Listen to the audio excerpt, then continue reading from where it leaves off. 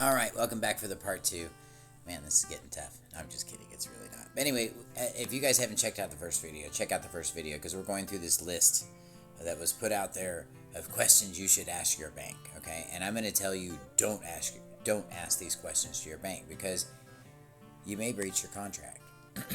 Let's keep talking. Let's keep reading here. All right. So number 4, it says if the bank created the loan. Now, number 1, this is not a question you want to ask your bank.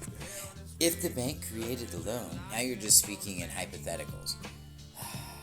Guys, we can do this so much better. We can. We really, really can. This isn't going to get it done.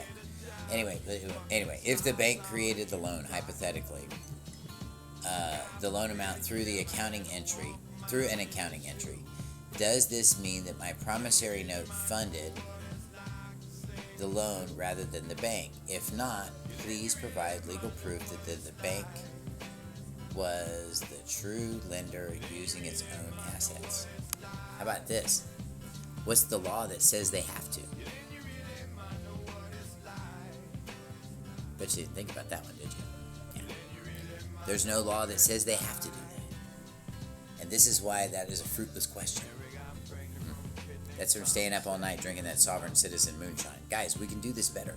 And this is not meant to hurt anybody's feelings either. This is for educational purposes only. Number 5, was my promissory note recorded as an asset on the bank's balance sheet? If so, does this mean I am the true creditor and the bank has simply monetized my credit? Well,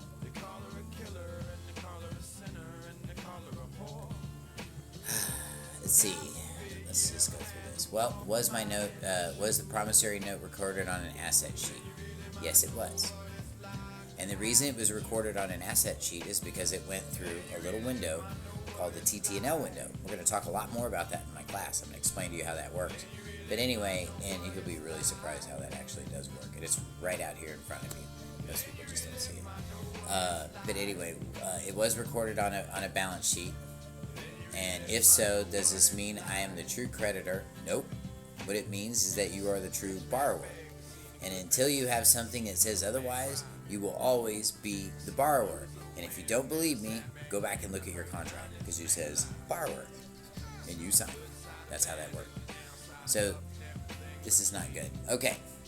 Number 6, under the Uniform Commercial Code and contract law, now we're taking them to law school, both parties must provide lawful consideration for an agreement to be binding. If the bank created the loan funds out of nothing, well, that's a big fat if that they don't have to answer, by the way. What lawful consideration did the bank provide? Well, again, if the bank provided a draft, which a lot of times they do, especially if it's what we call an OSF deal or outside finance deal, then that consideration has been provided. Again, you're just beating a dead horse. This has already been asked and answered, but it's okay. We'll read it again. It'll come up again, I'm sure. Number 7, if the bank lent its own assets, please provide the financial records showing the actual transfer of funds from the bank's reserves into my account rather than something else that I can't read. Well, now you're just pecking at the bank. You're not accomplishing anything. You're not operating. And here's the problem, okay? You can't send this stuff to them because there's no contract that says they have to answer it. They don't have to answer any of this stuff, okay? And again, if the bank lent its own assets, well, what law says the bank has to lend its own assets? There's a part 3 coming. Check it out.